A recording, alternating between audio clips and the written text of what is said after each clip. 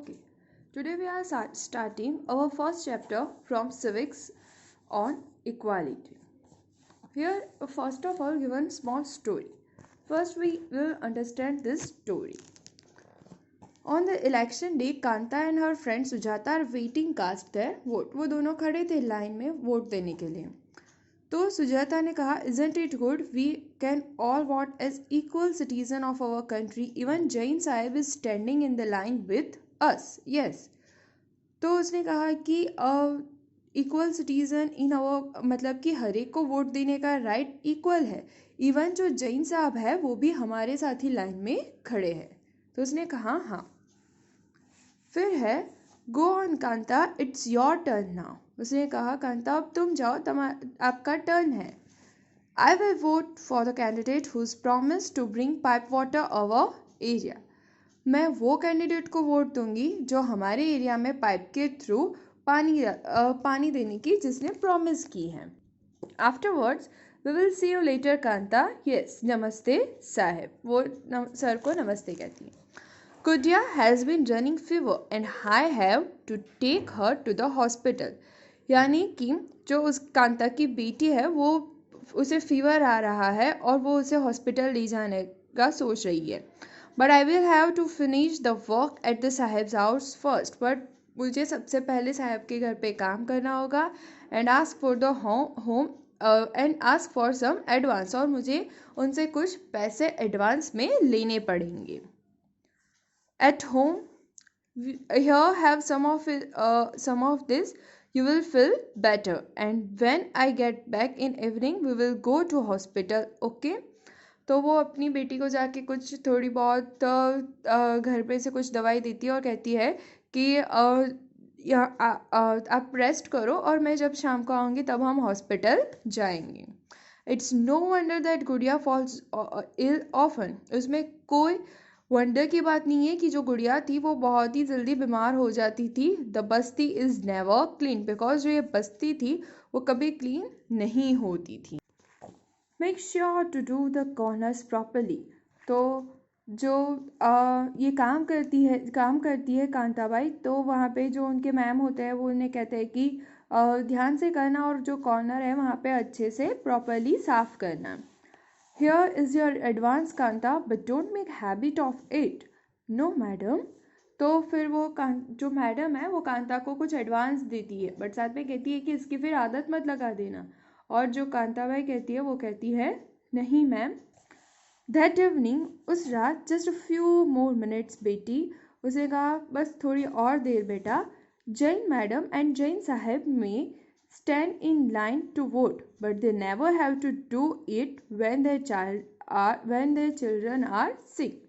तो जैन मैम और जैन साहब थे वो लाइन में खड़े रहते हैं वोट देने के लिए, पर जब उनके बच्चे बीमार होते हैं तब वो इस तरीके से लाइन में नहीं खड़े रहते हैं.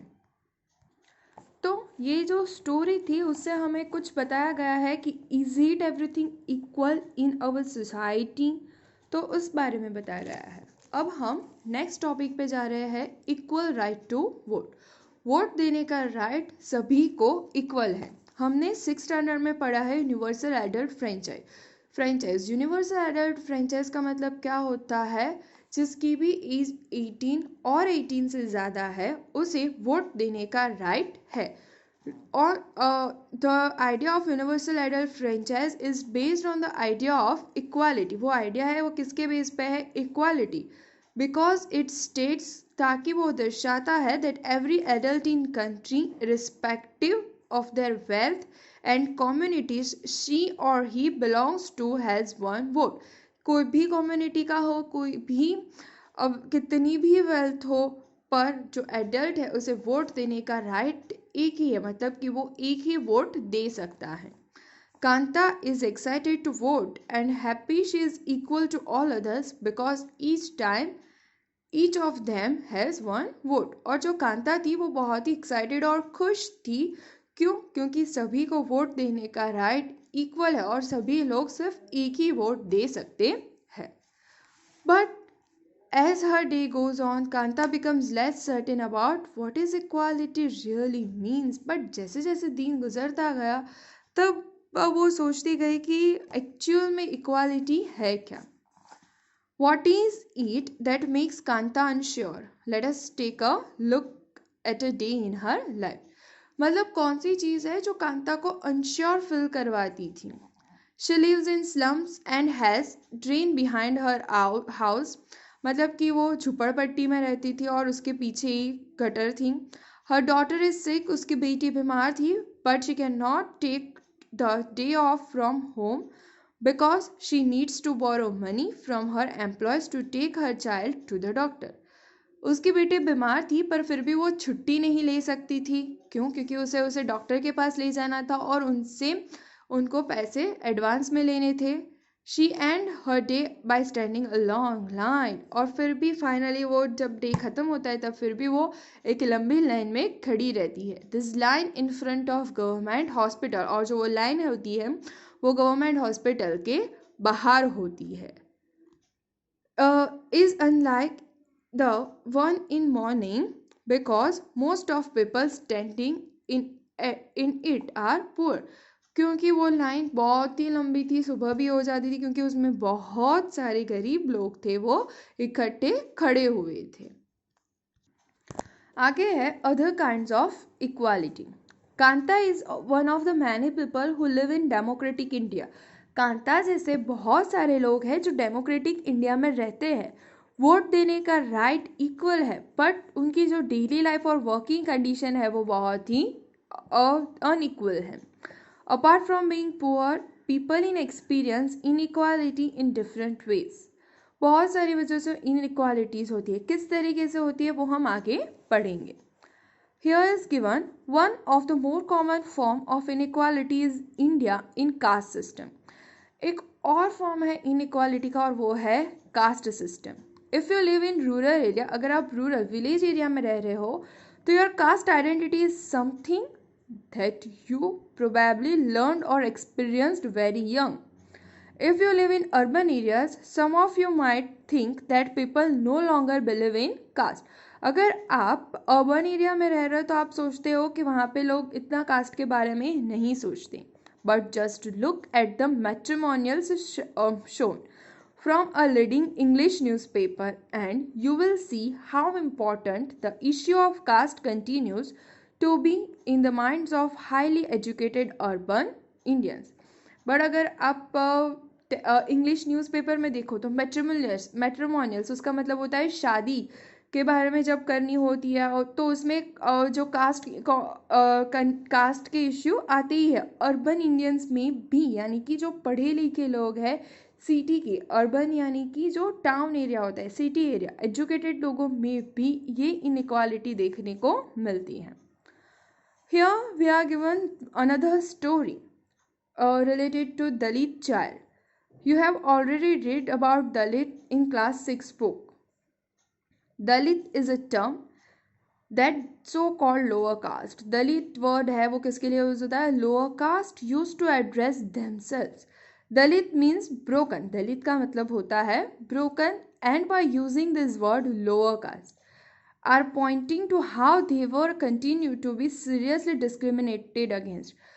पॉइंटिंग किया गया है उस बात पे कि अभी भी वो किस तरीके से उन लोगों के साथ डिस्क्रिमिनेशन होता जा रहा है. डिस्क्रिमिनेशन यानी भेदभाव किस तरीके से होता है उस बारे में हमें दिया गया है. तो इफ़ यू हैव क्वेश्चन दलित, तो दलित का मतलब होता है broken. It's this term is considered so called for the lower caste. और बहुत ही ज़्यादा उनके लिए डिस्क्रिमिनेशन होता है. किस तरीके से होता है उसके बारे में हमें एक इधर स्टोरी दी गई है. Om Prakash Valmiki is a famous Dalit writer. जो ओम प्रकाश वाल्मीकि थे वो एक फेमस दलित राइटर थे. इन हर ऑटोबायोग्राफी, उनकी खुद की स्टोरी ऑटोबायोग्राफी जूठन थी, उसमें इन्होंने लिखा है I had to sit away from others in class. उनको क्लास के बाहर बिठाया जाता था, क्लास के लास्ट बेंच पे, फ्लोर पे बिठा देते थे. समटाइम्स जो उनके साथ के स्टूडेंट्स थे वो बिना वजह उनको कोई भी रीज़न के बिना उन्हें मारते थे. When he was in class 6, the headmaster, when he was in class 4, the headmaster asked, तब headmaster ने ओम प्रकाश को बोला कि आप पूरी स्कूल का प्लेग्राउंड है उसे क्लीन कर दो. और ही राइट्स, उन्होंने लिखा था अपनी ऑटोबायोग्राफी में, the playground was very larger than my small physique could handle and in cleaning it. मतलब कि उन्होंने लिखा था कि जो प्लेग्राउंड था वो मेरी साइज से बहुत ज़्यादा बड़ा था and I could not clean, मतलब कि मैं उसे क्लीन नहीं कर सकता था। माई बैक बिगन टू एक, मुझे दर्द होने लगा था। My face covered with dust, मेरा पूरा फेस था वो डस्ट से, बताया गया है कि जो सारी डस्ट थी वो उनके मुंह में चली गई। द अदर चिल्ड्रन, बाकी के जो उनके क्लासमेट्स थे वो पढ़ रहे थे और वो स्वीपिंग कर रहे थे। Head master was sitting in his room, head master थे वो अपनी रूम में बैठे थे और उसे देख रहे थे। उसे पानी पीने तक का भी अलाउ नहीं किया गया था। आई स्वेप्ट द होल डे, पूरा दिन वो स्वाइप करता रहा। From the doors and windows of the school's rooms, the eyes of the teachers and boys saw the spectacles. वो पूरा दिन डोर्स विंडो सब कुछ क्लीन करता रहा और टीचर्स बॉयज सब लोग उसे देखते रहे। Om Prakash was made to sweep the school and playground for next couple of days, and this only came to end when his father, who happened to be passing by, saw his son sweeping. और वो फिर next couple of days बाकी अब थोड़े दिनों तक भी ये करता रहा।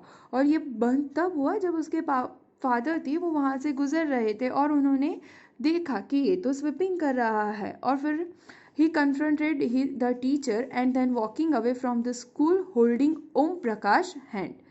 और फिर वो उन्हें टीचर के साथ ले गए और फिर वो स्कूल वो ओम प्रकाश को हाथ पकड़कर उसे ले गए स्कूल से। He said loudly for all of them to hear, वो जोर से कहने लगे सभी को, You are a teacher, आप टीचर हो, so I am living now, but remember this much master, but याद रखना he will study right here, वो अभी से पढ़ना शुरू करेगा in this school, and not just him, but there will be more coming after him। तो ये एक स्टोरी दी गई थी हमें ओम प्रकाश के बारे में। और एक दूसरा इंसिडेंट दिया गया है मिस्टर एंड मिसेस अंसारी के बारे में। Let's will look. The second story is based on the incident that took place in one of the India's largest city and in common practice in most part of the country. It is a story about Mr. and Mrs. Ansari who are looking to rent an apartment in a city. उन्हें city में एक apartment चाहिए था, एक flat चाहिए था जिसपे वो लोग रह पाए। दे हैड द मनी, उनके पास पैसे थे, and so paying rent was no problem, उन्हें रेंट देने में कोई प्रॉब्लम नहीं था।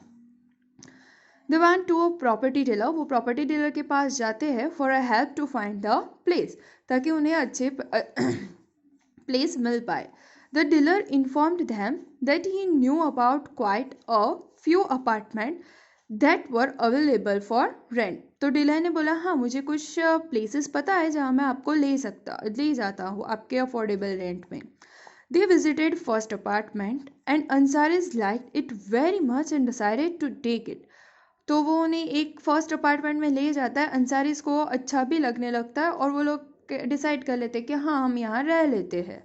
However, when the landlady found out their names, landlady थी जो लैंड ओनर थी उसने उनके नेम्स पूछे। she made an excuse about how she could not rent the house to someone who ate meat because building did not have any non-vegetarian resident। तो उसने बताया कि ये लोग नॉन वेजिटेरियन है और हमारे अपार्टमेंट में ऐसा कोई नहीं है कि जो नॉन वेजिटेरियन हो। Both Ansaris and the property dealer were surprised to hear this because they could smell fish being cooked in the neighbor's house. The same excuse was repeated in the second and third apartment. Finally, the property dealer told them they might want to change their names and call themselves Mr. and Mrs. Kumar. तो जो both Ansaris and property dealer वो दोनों surprise हो गए ये सुन के, because उनको जो फिश बनाने की स्मेल थी वो उनके नेबर हाउस में से ही आ रही थी। The same excuse repeated in the second and the third apartment.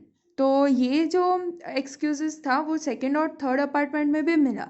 Finally property dealer ने उनसे ऐसा बोला कि अब आप आपका जो नेम है वही चेंज कर लो और मिस्टर एंड मिसेस कुमार कर लो।